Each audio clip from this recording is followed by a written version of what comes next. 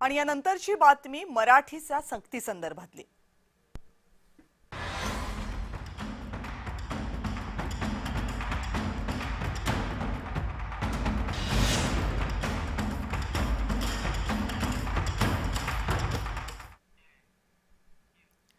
बातमी रिक्षा चालकांना केलेल्या मराठी सक्तीची। मुदतवाद आणि कारवाई एकाच वेळी राबवण्याचा निर्णय घेण्यात आला। मराठी शिकायला 15 ऑगस्ट पर्यंतची मुदत।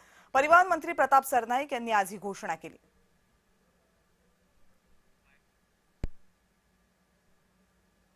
1 मे पासूनची मोहीम कायम ठेवलेली आहे। कारवाई होणार।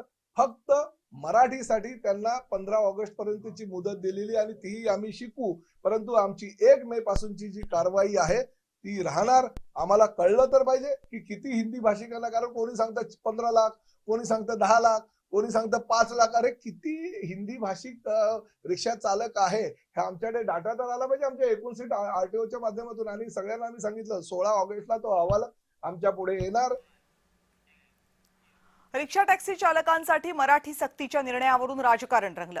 याबद्दल शिवसेनेचे नेते संजय निरुपम, उद्योग मंत्री उदय सामंत आणि खासदार संजय राऊत यांनी काय प्रतिक्रिया दिली बघूया।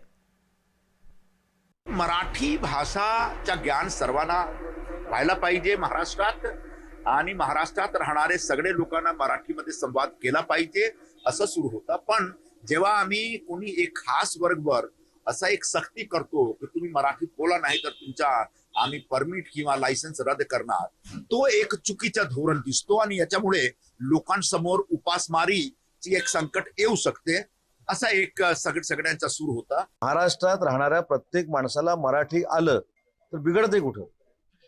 जर आता पानसरे साहेब इथे आहेत किंवा त्यांना विचारा, IAS ची परीक्षा दिल्यानंतर महाराष्ट्रामध्ये त्यांना जर त्या संबंधित माणसाला नोकरी करायची असेल तर मराठीचा पेपर द्यावं लागतं, मराठी बोलणं यावं लागतं। मग जर जिल्हाधिकारी स्तरावरचे अमराठी माणसं मराठी बोलू शकतात किंवा शिकतात तर सर्वसामान्य देखील शिकलं पाहिजे। ही काही सक्ती नाही, हा भावनेचा भाग आहे।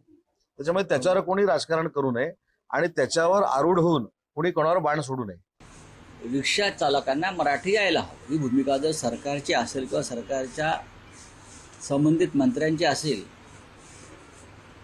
तर त्याच्यावरती प्रतिवाद करण्याची गरज नाही।